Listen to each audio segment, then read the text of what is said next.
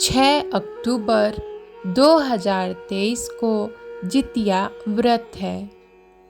इस दिन स्त्रियां संतान की दीर्घायु के लिए 24 घंटे का निर्जला व्रत करती हैं। मान्यता है कि ये व्रत महाभारत काल से चला आ रहा है। कहते हैं इस व्रत के प्रताप से अभिमन्यु के मृत शिशु दोबारा जीवित हो उठा था। इसे जीवित पुत्रिका व्रत भी कहते हैं। जितिया व्रत की शुरुआत आश्विन माह के कृष्ण पक्ष की सप्तमी तिथि को नहाय खाए से होती है।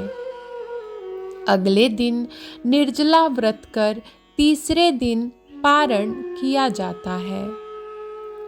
जितिया व्रत में जीमूतवाहन की पूजा की जाती है। शास्त्रों के अनुसार जितिया व्रत कथा के बिना अधूरा माना जाता है। जितिया व्रत कथा। जितिया व्रत में इस कथा का विशेष महत्व है। कथा के अनुसार गंधर्वों के एक राजकुमार थे जिनका नाम जीमूतवाहन था। जीमूतवाहन पिता की सेवा के लिए युवा काल में ही राजपाट छोड़कर वन में चले गए थे। एक दिन जंगल में उनकी मुलाकात एक नाग माता से हुई जो बड़ी दुखी थीं।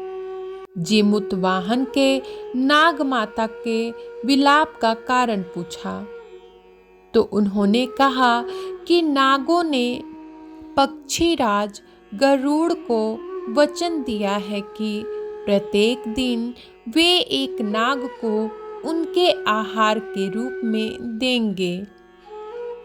इस समझौते के चलते वृद्धा के पुत्र शंखचूड़ को गरुड़ के सामने जाना था, जिससे वह बहुत परेशान थी। जीमूतवाहन ने नाग माता को वचन दिया कि वे उनके पुत्र को कुछ नहीं होने देंगे और उनकी रक्षा करके उन्हें वापस लौटा देंगे। जीमूतवाहन खुद को नाग के पुत्र की जगह कपड़े में लिपटकर गरुड़ के सामने उस शिला पर जाकर लेट गए जहां से गरुड़ अपना आहार उठाता है।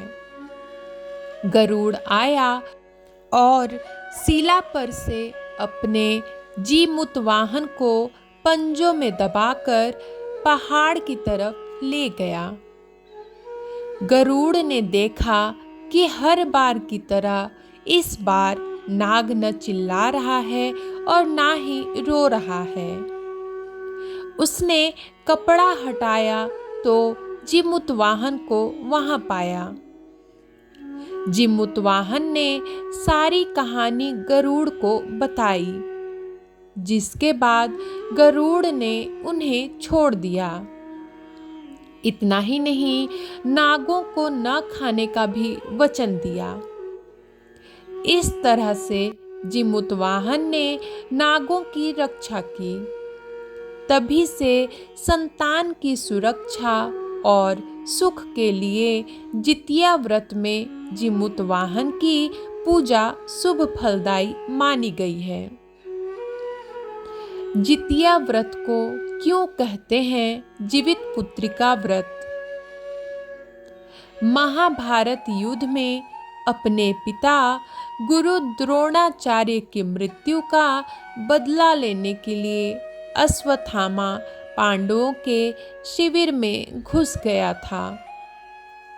शिविर के अंदर 5 लोग को सोया पाए अश्वत्थामा ने उन्हें पांडव समझकर मार दिया। लेकिन ये पांडव नहीं, द्रौपदी की 5 संतानें थीं। क्रोध में आकर अर्जुन ने अश्वत्थामा को बंदी बनाकर उसकी दिव्य मणि उसके माथे से निकाल ली। ऐसे पड़ा नाम जीवित पुत्रिका। अश्वत्थामा ने फिर से बदला लेने के लिए अभिमन्यु की पत्नी उत्तरा के गर्भ में पल रहे बच्चे को मारने का प्रयास किया और उसने ब्रह्मास्त्र से उत्तरा के गर्भ को नष्ट कर दिया। तब भगवान श्री कृष्ण ने उत्तरा की अजन्मी संतान को फिर से जीवित कर दिया। गर्भ में मरने के बाद जीवित होने के कारण उस बच्चे को जीवित पुत्रिका के नाम से भी जाना जाता है।